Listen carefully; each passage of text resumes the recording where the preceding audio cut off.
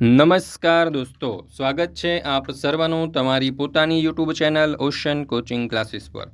મિત્રો, આજે આપણે ધોરણ 5ની જે મારી લેખન પોથી છે તે મારી લેખન પોથીના પેજ નંબર 37 ઉપર આપણને જે ચિત્ર આધારિત વાર્તા લેખન આપેલું છે તેનું સચોટ અને સંપૂર્ણ સોલ્યુશન આપણે આ વિડીયોની અંદર જોવાના છે। મિત્રો, આપણી આ ચેનલ ઉપર ધોરણ 5ની જે મારી લેખન પોથી છે તે મારી લેખન પોથીની અંદર આપવામાં આવેલા દરેક પેજના સંપૂર્ણ અને સચોટ સોલ્યુશનના વિડીયો અને પીડીએફ આપણી ચેનલ ઉપર મુકાઈ ચૂક્યા છે। તો જરૂરથી આ વિડીયો અને પીડીએફનો અભ્યાસ કરી અને આ જે મારી લેખન પોથી છે તેમાં લખાણ કરી લેજો। ચાલો દોસ્તો, તો શરૂ કરીએ આપણે ધોરણ 5 મારી લેખન પોથી ચિત્ર આધારિત વાર્તા લેખન, એની અંદર પેજ નંબર 37। તો અહીંયા એવું કહ્યું છે કે ચિત્રના આધારે વાર્તા લખી અને શીર્ષક આપો। તો મિત્રો, અહીંયા તમે જોઈ શકો છો એક જંગલ છે, એક કઠિયારો છે અને એક દેવી આ જે કઠિયારો છે તેને કુહાડી આપી રહી છે। તો આવું કંઈક આપણને સરસ મજાનું ચિત્ર આપેલું છે। તો આ જે ચિત્ર છે એના ઉપરથી આપણે વાર્તા લખવાની છે અને વાર્તાને શીર્ષક આપવાનું છે। તો આ જે વાર્તા છે તેને આપણે અહીંયા શીર્ષક આપીશું ઈમાનદારીનું ફળ। તો ચાલો મિત્રો, આ ઈમાનદારીનું ફળ વાર્તા જે છે એ આપણે જોઈએ, પણ એ વાર્તા જોઈએ એ પહેલાં તમારા માટે ખાસ મહત્ત્વની જાહેરાત કે ધોરણ 5ની મારી લેખન પોથી છે 2025-26ની, તેના દરેક પેજના કલરફુલ સોલ્યુશનની પીડીએફ હવે તમે તમારા વોટ્સઅપ પર પણ મંગાવી શકો છો।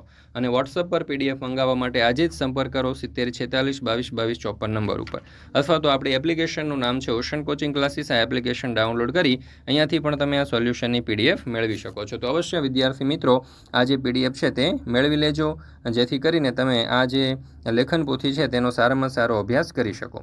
મિત્રો, આ જે વાર્તા છે લખવા માટે અહીંયા તમને માંડ 10 થી 12 લીટી આપેલી છે।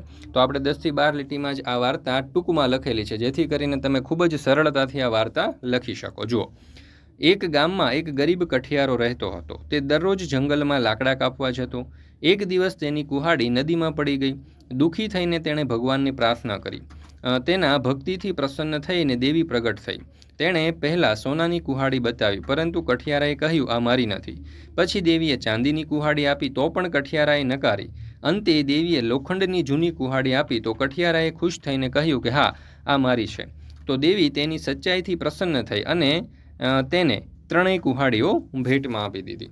તો આ રીતે આપણે આ સરસ મજાની જે વાર્તા છે તે લખી શકીએ। તો મિત્રો, અહીંયા આપણે આ પેજ નંબર 37 પરની જે ચિત્ર વાર્તા છે તે અહીંયા પૂર્ણ કરીએ છીએ।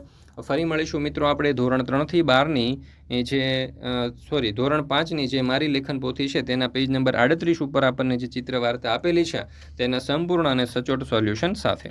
મિત્રો, આપણે આ ચેનલ ઉપર ધોરણ 3 થી 12ની દરેક વિષયની પીડીએફ અને પીપીટી ઉપલબ્ધ છે, જે તમે હવે તમારા વોટ્સઅપ પર પણ મેળવી શકો છો। અને વોટ્સઅપ પર પીડીએફ મેળવવા માટે આજે જ સંપર્ક કરો 7046222254 નંબર ઉપર, અથવા તો આપણે એપ્લિકેશનનું નામ છે ઓશન કોચિંગ ક્લાસીસ। આ એપ્લિકેશન ડાઉનલોડ કરી અહીંયાથી પણ તમે આ સોલ્યુશનની પીડીએફ અથવા તો પીપીટી મેળવી શકો છો। ફરી મળીશું મિત્રો આપણે મારી લેખન પોથીના પેજ નંબર 38ના ચિત્ર વાર્તાના સચોટ અને સંપૂર્ણ સોલ્યુશન સાથે।